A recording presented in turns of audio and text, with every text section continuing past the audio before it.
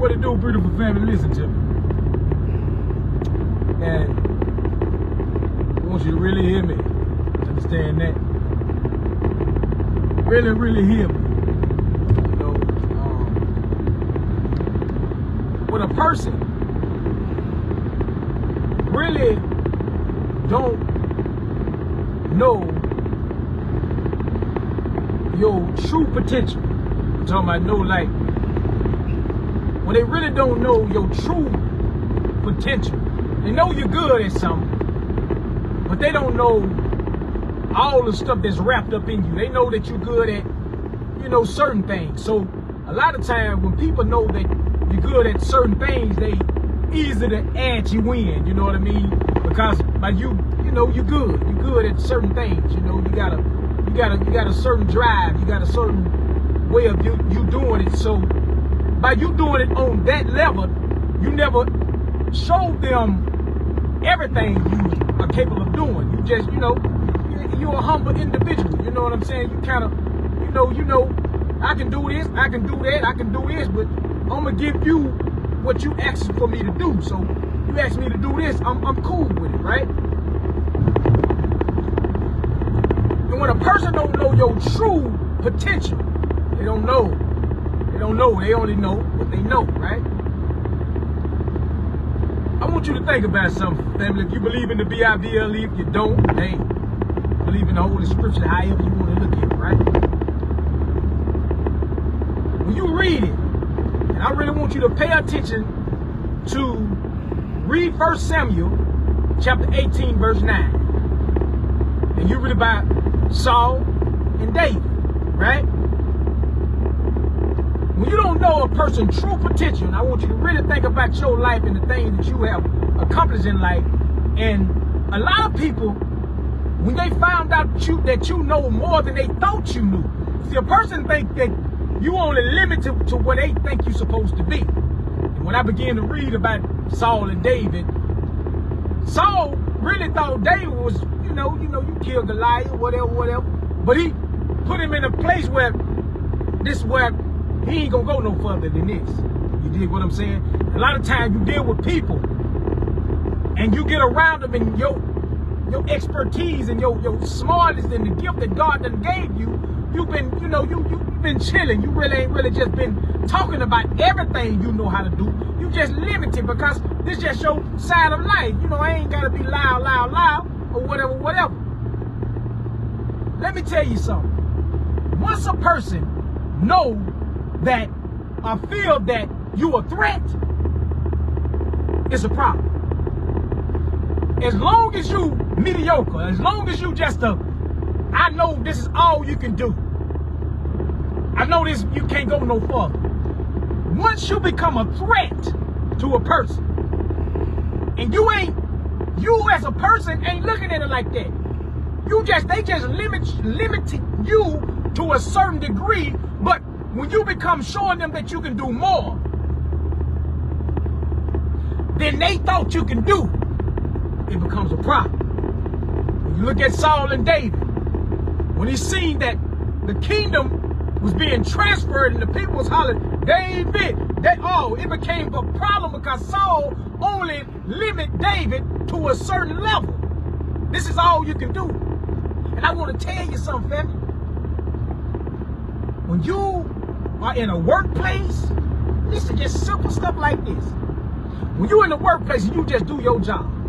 But when you find out that, when that person found out you can do more, and the people that's around you that work in your area, so the supervisor, the store owner, see that you have more potential than working in the place that you're working at. The supervisor starts seeing that you got a little bit more potential than them.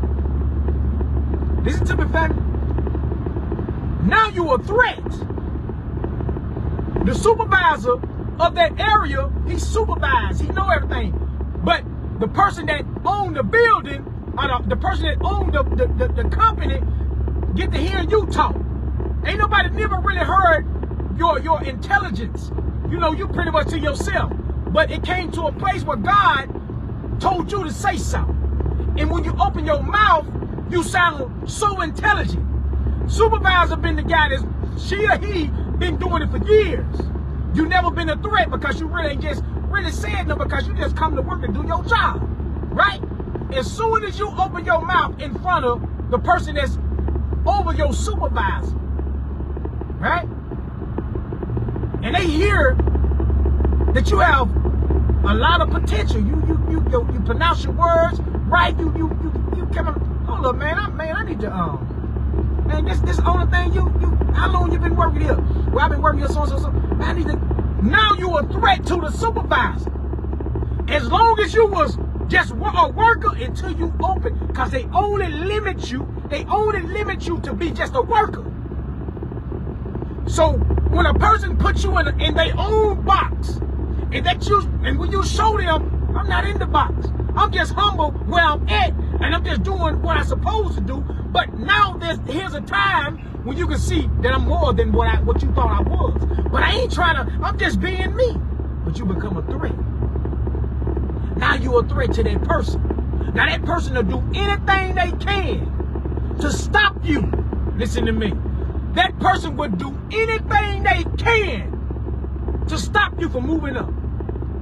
Because you're a threat now. Because they had already put you in a box and thought that your education was limited. And even if your education was limited, they didn't know that you had a certain way of approaching certain things.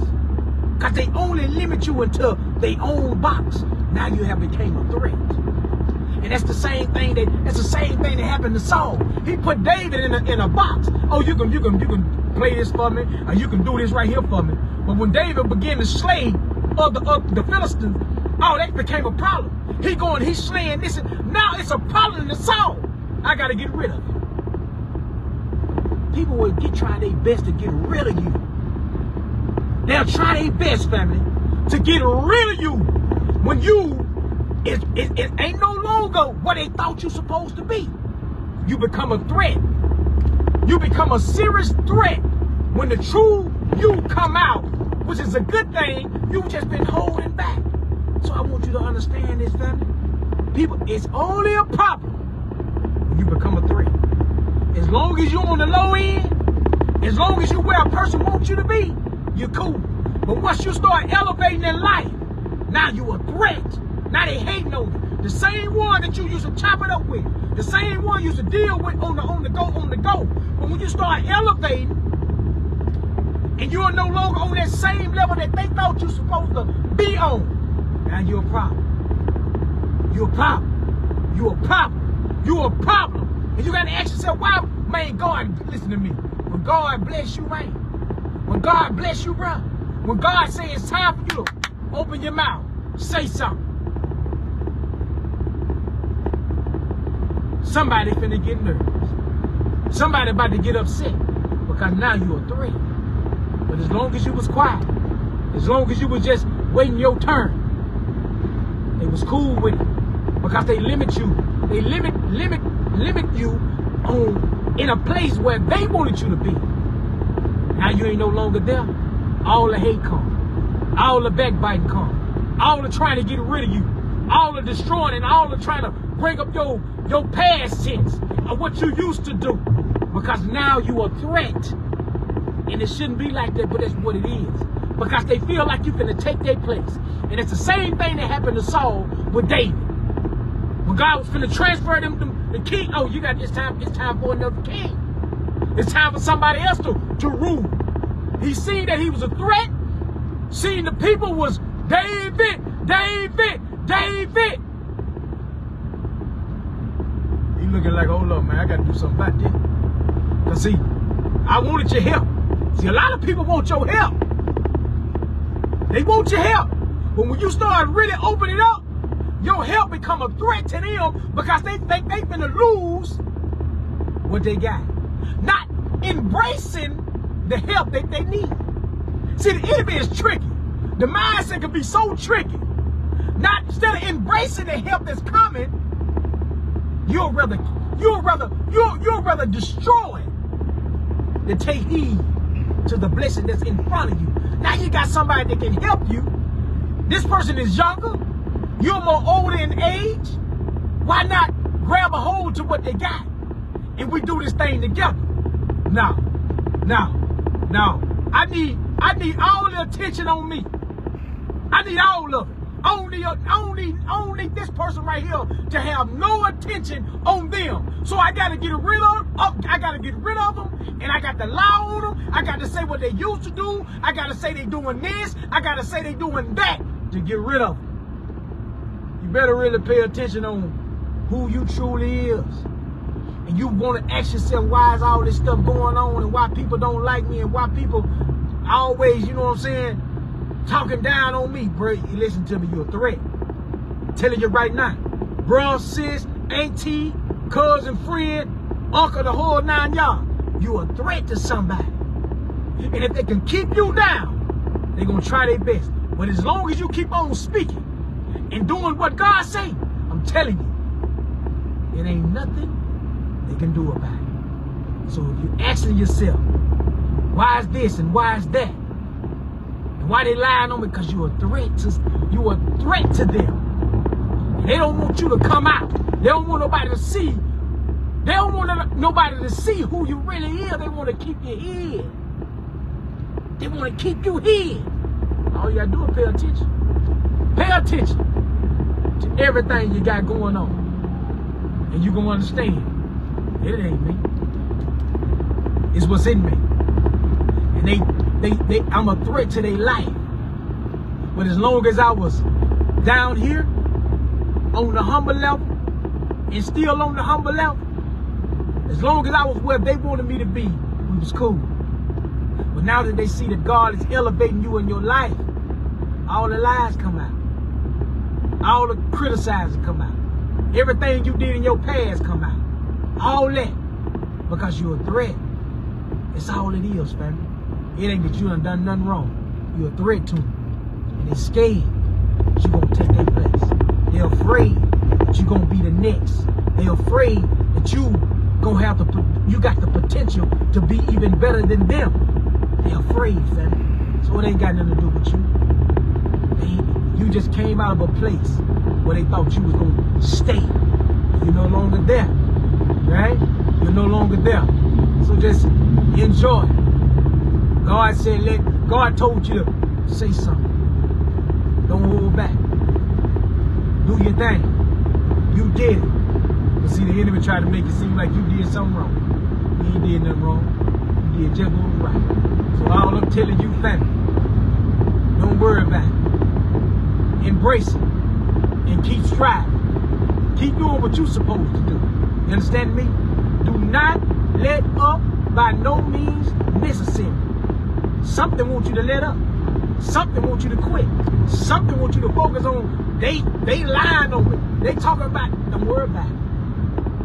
You're a threat. You're a threat now. As long as you was on that level that they want you to be on, you was the best thing going. Man, that's my boy. That's my boy. That's my home girl. Yeah. Just pay attention. They're right there in front of you. Listen to me. Keep your head up. Right? Not down. Keep a smile and not a frown. You know, God is over everything. Take out the time to read 1 Samuel chapter 18, verse 9. It's going to explain. You can read the whole thing, but it's going to explain. You know what I'm saying? It's going to explain why you challenge and why the things you go through. When you become a threat, you become a problem. Understand? Listen, good.